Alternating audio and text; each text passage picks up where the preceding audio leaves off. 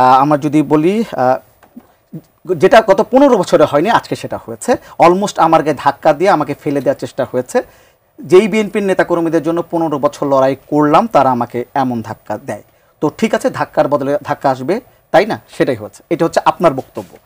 আর যিনি আসলে মারধরের অভিযোগ করেছেন, এনসিপির যুগ্ম মুখ্য সংগঠক আতাউল্লাহ, তিনি যেটি বলেছেন যে রুমিন ফারহানা এবং তার গুন্ডা পান্ডারা বিভিন্ন সময় আমাকে ফোনে ও বিভিন্ন লোক দিয়ে বলেছে এখান থেকে সরে যেতে। আজকেও এখানে যখন আসি আমাকে পেছন থেকে টেনে বের করে দেওয়ার চেষ্টা করেছে। এক পর্যায়ে প্রবেশ করি, আমি যখন শুনানিতে দাঁড়াই, রুমিন ফারহানা আমাকে প্রথমে ধাক্কা দিয়ে ফেলে দেয়, আমাকে কথা বলতে দেয় নাই। তার যে গুন্ডা পান্ডা ছিল তারা আমাকে পায়ের নিচে ফেলে পিষ্ট করে, নির্মমভাবে মারধর করে। আপনি অভিযোগ করেছেন যে বিএনপি নেতাকর্মীরা যেখানে ছিলেন তারা আপনাকে ধাক্কা দিয়েছে, সেইকে মাঝখানে এনসিপির একজন নেতা কিভাবে মার খেয়ে গেল? এই প্রশ্নটা আমারও। কেন আমার? এনসিপির লোকাস স্ট্যান্ডাই কি? লোকাস স্ট্যান্ডা একটা লিগাল টার্ম, যেটা যে কোনো মামলা শুরুর আগে কোর্ট জানতে চায়, who are you, what is your locus standi, আপনি কেন এসছেন, আপনার এই মামলাতে আগ্রহের কারণ কি, আপনি কিভাবে সম্পৃক্ত। আমি যদি জিজ্ঞেস করি এনসিপি কিভাবে সম্পৃক্ত, এনসিপির তো নিবন্ধন এখনো হয় নাই। এই তিনটা ইউনিয়ন বিজয়নগরের সঙ্গে থাকলেই বা কি, এই তিনটা ইউনিয়ন সরাইলের সঙ্গে গেলেই বা কি, তাই না? সো আমি কল্পনাও করি নাই যে এনসিপি সেখানে উপস্থিত থাকবে। এক। দুই হচ্ছে, যখন কমিশন আমাকে ডাকলেন, আমি কমিশনে নেক্সট টাইম আবার বক্তব্য দিতে দাঁড়ালাম, কারণ তাদের বিজয়নগরের পক্ষ থেকে খুবই এলোমেলো কথাবার্তার, মানে ছন্নছাড়াভাবে কেউ বিএনপির পক্ষ থেকে এসছে, কেউ এনসিপি, কেউ ক্লিয়ারও করছে না কে কোন দলের পক্ষ থেকে এসছে, ক্লিয়ারও হচ্ছে না, হই হট্টগোল হচ্ছে, তারা তাদের মতো করে বক্তব্য দিচ্ছে। তা আমি আবার উঠে দাঁড়ালাম, বিকজ আমার 2টার সময় কোর্ট ধরতে হবে। আমি উঠে দাঁড়ালাম যে আমি বক্তব্য দিই, কমিশন আমাকে পারমিশন দিল। আমি যখন গিয়ে পোডিয়ামে দাঁড়ালাম বক্তব্য দিতে, then he push me, a guy with beard, মানে একটা দাড়িওয়ালা ছেলে আমাকে পুশ করে আমার কোর্টে যখন ধাক্কা দিল, তখন আমি ঘুরলাম পেছনে। প্রথম আলোর ভিডিওটাতে আপনারা এটা পাবেন। আমি ভেবেছিলাম বিষয়টি বিজয়নগরের পক্ষে যারা এসছে, যে বিজয়নগরের সাথে 3টি ইউনিয়ন থাকুক তাদেরকেও, সো আমি বলেছি বিএনপির নেতা কর্মীদের কেউ কেউ এটা করলেও করতে পারে। Then I realised after the entire incident that is it has been done by a party which is not yet registered. তো এই আনরেজিস্টার্ড পার্টি কি করে গিয়ে পরিচয় গোপন করে, তারা কিন্তু পরিচয় দিচ্ছে না এনসিপি, কিন্তু তারা বক্তব্য দিতে চাইছে। ঠিক আছে, বক্তব্য দাও, কোনো অসুবিধা নেই, এলাকাবাসী হিসেবে বক্তব্য দিতে পারো, কিন্তু আমাকে ধাক্কা দিয়ে কেন? আমি তাদের চেহারা চিনি না, কিন্তু তারা তো সবাই আমার চেহারা চেনে।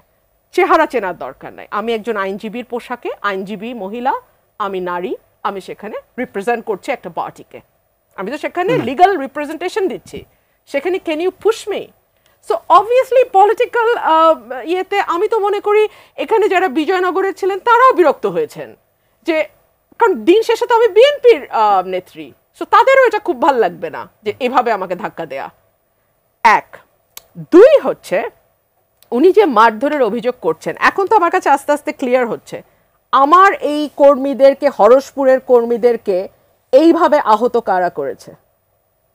আজকে যে আমার গায়ে হাত তুলতে পারে যেই দল, সেই দলের পক্ষে তো এই ধরনের ঘটনা ঘটানো সম্ভব, তাই না? এগুলো আমি কমিশনে জমা দেব।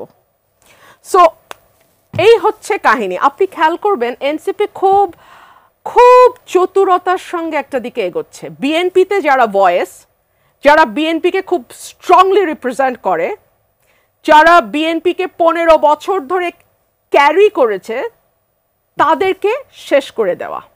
ফর এক্সাম্পল, আপনি লক্ষ্য করবেন অসম্ভব জনপ্রিয় নেতা আমাদের মির্জা ফখরুল ইসলাম আলমগীর, তাকে নির্বাচনের কথা বলে ইন্ডিয়ার এজেন্ট, রয়ের এজেন্ট বলা।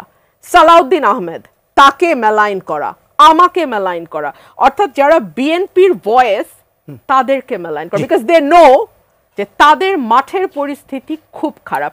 বিএনপির বয়ানটা যারা তৈরি করে, কিংবা বিএনপির যেই গ্রুপ অফ পিপলকে দেখে সাধারণ মানুষ বিএনপির প্রতি অ্যাট্রাক্টেড হয়, তাদেরকে আঘাত করা তাদের। এবং আমি এখানে আরেকটা কথা বলতে চাই, বিএনপির কিছু কিছু নেতা হয়তো তাদের সাময়িক স্বার্থ সিদ্ধির জন্য কখনো তাদেরকে পয়সা দিয়ে নিয়ে আসে, কখনো তাদেরকে দিয়ে ব্যবহার করে নিজেদের প্রয়োজনে।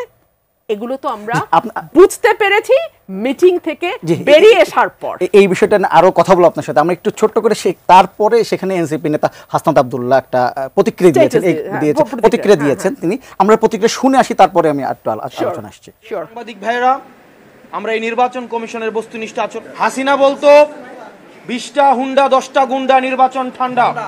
এই হুন্ডা গুন্ডার রাজনীতি বাংলাদেশে আর পুনর্স্থাপিত হবে না। আমরা এই গুন্ডার রাজনীতি আমরা ভারতে পাঠিয়ে দিয়েছি। এখন এই রুমিন ফারহানারা যদি সেটি আবার বাংলাদেশে রিহ্যাবিলিটেট করতে চায়, তাহলে হাসিনার প্রতি তাদের যে আন্তরিকতা, তাহলে হাসিনা যেখানে আছে তাদেরকেও সেখানে চলে যেতে হবে।